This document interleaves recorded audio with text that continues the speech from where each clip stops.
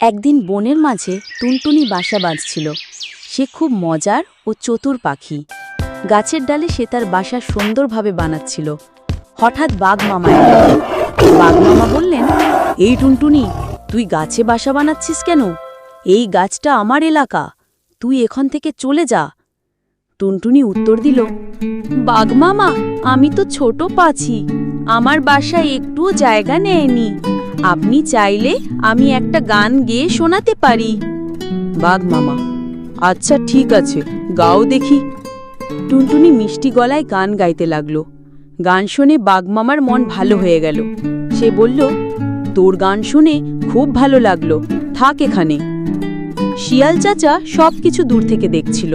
সে ঈর্ষান্বিত হয়ে বাঘ মামার কাছে গেল। শিয়াল চাচা বলল, বাঘ মামা, টুনটুনির গান তেমন কিছু না, আমি আরো ভালো গান গাই। বাঘ মামা, তাহলে শুনি তোমার গান।